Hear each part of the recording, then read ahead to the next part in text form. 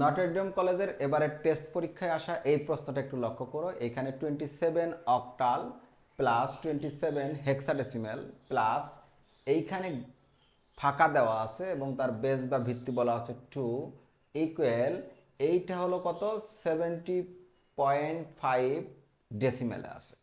এইখানে বলা আছে যে এই ফাঁকা ঘর যেটা বাইনারি হওয়ার কথা ছিল এটার মান কত।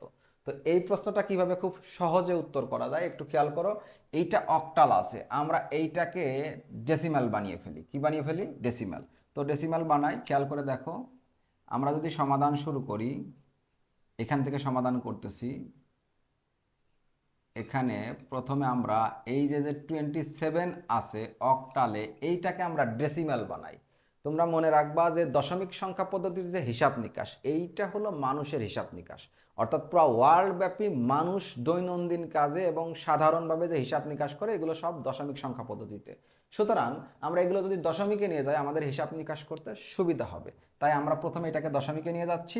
ঠিক আছে, দশমিক সংখ্যা পদ্ধতিতে যাওয়ার একটাই মাত্র নিয়ম, খুব সহজ, যে একটা করে অঙ্ক নিব আর ভিত্তির সাথে গুণ করব, আবার প্লাস চিহ্ন, আবার একটা অঙ্ক নিব, আবার ভিত্তির সাথে গুণ করব। ঠিক আছে, এরপরে যদি পূর্ণাংশ হয়, পয়েন্ট না থাকলে এটাকে বলা হয় পূর্ণাংশ। পূর্ণাংশের ক্ষেত্রে আমরা ডাইন পাশ থেকে ভিত্তির পাওয়ার 0, তারপরে হলো 1, আরও থাকলে 2, আরও থাকলে 3, এরকম বসিয়ে যাব। এই স্থানীয় মানগুলো বসানোর পরে আমরা এটা নর্মাল ক্যালকুলেশন করব। যেমন 8 আর 2 গুণ করলে কত হবে? 16 প্লাস 8 এর পাওয়ার 0 মানে 1। আমরা জানি কোনো কিছুর পাওয়ার 0 হলে তার মান হলো 1। তো 1 এবং 7 গুণ করলে 7। তারপরে দেখো 16 আর 7 23। এইটা হলো দশমিক সংখ্যা পদ্ধতিতে হয়ে গেল। যেটা ছিল অক্টাল সেটা আমরা কি বানালাম? দশমিকে নিয়ে গেলাম। এখন এই 27, আবার এই 27টাকে নিয়ে যাও।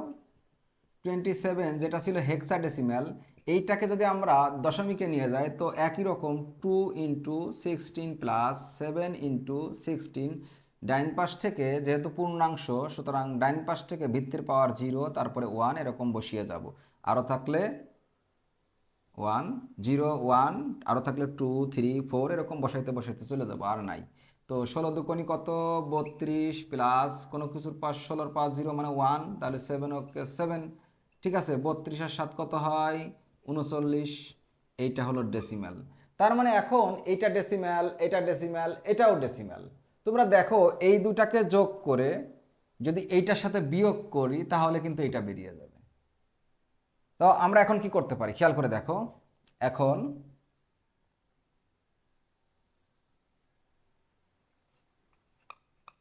এখন যেটা ছিল 27 অক্টাল প্লাস 27 হেক্সাডেসিমেল প্লাস এটা গ্যাপ বাইনারি 70.5 ডেসিমেল, আমরা এখানে লিখে দিতে পারি না যে 27-এর জায়গায় অক্টাল 27 যেটা ওইটার জায়গায় 23 লিখে দিলাম যেটা ডেসিমেল।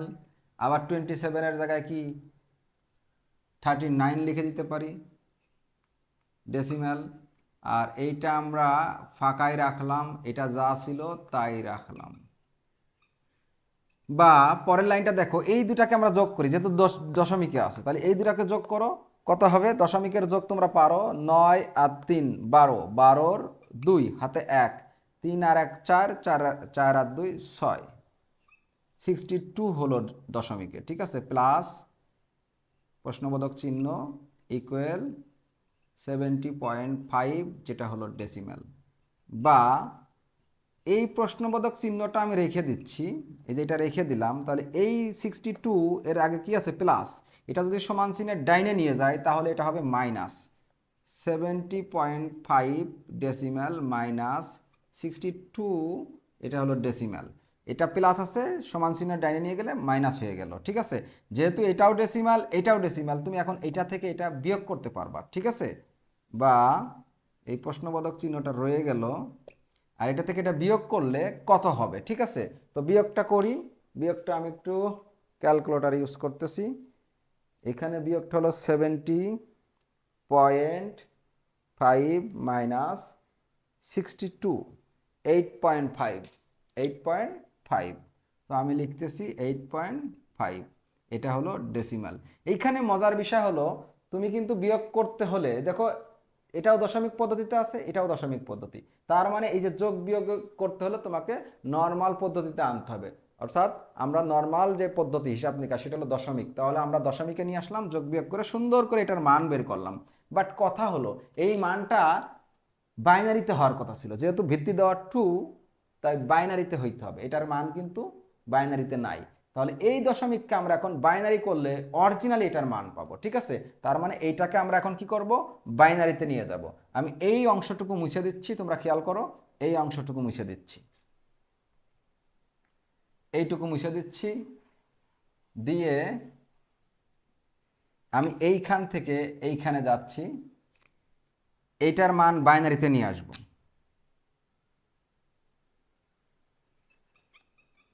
আবার আমি এইটাকে বাইনারিতে নিয়ে যাব, এটা দশমিকে আছে।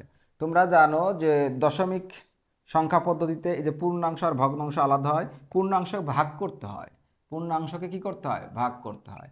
কি দিয়ে ভাগ করতে হয়, যেইটাই যাব আমরা বাইনারিতে যাব, কারণ ফলাফলটা যেটা বের করব ওইটা কিন্তু বাইনারিতে আছে, তাহলে বাইনারিতে যাব, তাই 2 দিয়ে ভাগ করব। 2 দিয়ে ভাগ করো, 4 দুগুণে 8, অবশিষ্ট 0। আবার 2 দিয়ে ভাগ করো, 2 দুগুণে 4, অবশিষ্ট 0। আবার ভাগ করো, 2 অক্ষে 2, অবশিষ্ট 0। আবার 2 দিয়ে ভাগ করো, ভাগ কিন্তু করা যায় না, ভাগ না করা গেলে 0, আর অবশিষ্ট ওইটাই রেখে দিতে হয়। নিচের থেকে উপরে যাব, নিচেরটাকে বলা হয় এমএসবি, উপরেরটাকে বলা হয় এলএসবি। আমরা যখন বাইনারিতে যাব তখন কিন্তু মোস্ট সিগনিফিক্যান্ট বিট বলবো, বি লিখবো, আর অন্য পদ্ধতির ক্ষেত্রে ডি লিখি আমরা, ডিজিট। ঠিক আছে, তো এটা হলো পূর্ণাংশ। তো পূর্ণাংশ পেয়ে গেলাম 1,000,000। আর ভগ্নাংশ কত, ভগ্নাংশটা এখানে দেখাচ্ছি, খেয়াল করে দেখো, 0.5 ইন্টু 2। যেহেতু বাইনারিতে নিয়ে যাচ্ছি সুতরাং আমরা কত দিয়ে গুণ করব, 2 দিয়ে। তো 2 দিয়ে যদি গুণ করি তাহলে 0.5 ইন্টু 2 ক্যালকুলেটারে দিলে তোমার ক্যালকুলেটারে এরকম আসবে, 1 আসবে। ক্যালকুলেটারে কত আসবে, 1। তো 1 কি, পূর্ণাংশ। পূর্ণাংশ দাগের বামে লিখতে হয়, আর ভগ্নাংশ দাগের ডাইনে লিখবা। তো এখানে তো 0.5 ইন্টু 2 যখন তুমি দিবা তখন কিন্তু ক্যালকুলেটার তোমার 1 দিবে, তার মানে পয়েন্ট এর পরের অংশ নাই। পয়েন্ট যদি আমি দিয়েও নিই তারপরের অংশ 0 0। সাধারণত ক্যালকুলেটারে তোমার পয়েন্ট আসবে না, পয়েন্ট না আসলে বুঝবা এটা পূর্ণাংশ। পূর্ণাংশ দাগের বামে লিখবা, তাহলে পয়েন্ট যেহেতু নাই, ভগ্নাংশ নাই, তাহলে ভগ্নাংশ আমরা 0 0 লিখে রাখতে পারি না, ভগ্নাংশ নাই, 0 0। আর যখন এই ভগ্নাংশ 0 0 হয়ে যাবে তখন তোমার কিন্তু এই গুণ করার কাজটা, মানে এই অংশের কাজটা শেষ। এই অংশের কাজটা শেষ। এই অংশ হলো উপর থেকে নিচের দিকে আসতে হয়। পূর্ণাংশে যেমন নিচের থেকে উপরে, ভগ্নাংশে হলো কি উপর থেকে নিচেই আসতে হয়। তো এক্ষেত্রে এই যে উপর থেকে যে নিচেই আসবো, এক্ষেত্রে একটাই মাত্র ডিজিট আছে, তো এটা নিচে আর উপরে নাই, এমনিতেই ফলাফল হয়ে যাবে ইনশাল্লাহ। তো এইখানে আমরা ফলাফলটা লিখি, 8.5 যেটা ছিল এটা ছিল ডেসিমালে, এটার বাইনারি হবে হলো 1,000,000.5। 0.5-এর আমরা শুধু 1 পেয়েছি, এই যে 1 লিখে দিলাম, আর এক্ষেত্রে ভিত্তি বাইনারি দিয়ে দিলাম কারণ আমরা বাইনারি করতে পারছি। তো 8.5 ডেসিমাল, সেটার বাইনারি হলো 1,000,001। তার মানে তুমি বুঝতে পারতেছো এইটার মান আমরা লিখতে পারি না, 8.5। 8.5 মানে কত, এই যে এটা, অতএব এটার মান কত, এই যে 1,000,001, এটা হলো মান, এটাই ফলাফল আর কি। অর্থাৎ এই মানটাই যে এই ঘরে বসবে, এই প্রশ্নবোধক চিহ্নের জায়গায় 1,000,000.1 এটা বসবে। বসানোর পরে এই তিনটা যখন যোগ করা হবে তখন এটার সমান হবে। ঠিক আছে, তো তোমরা এটা বুঝতে পারছো কিনা একটু দেখো।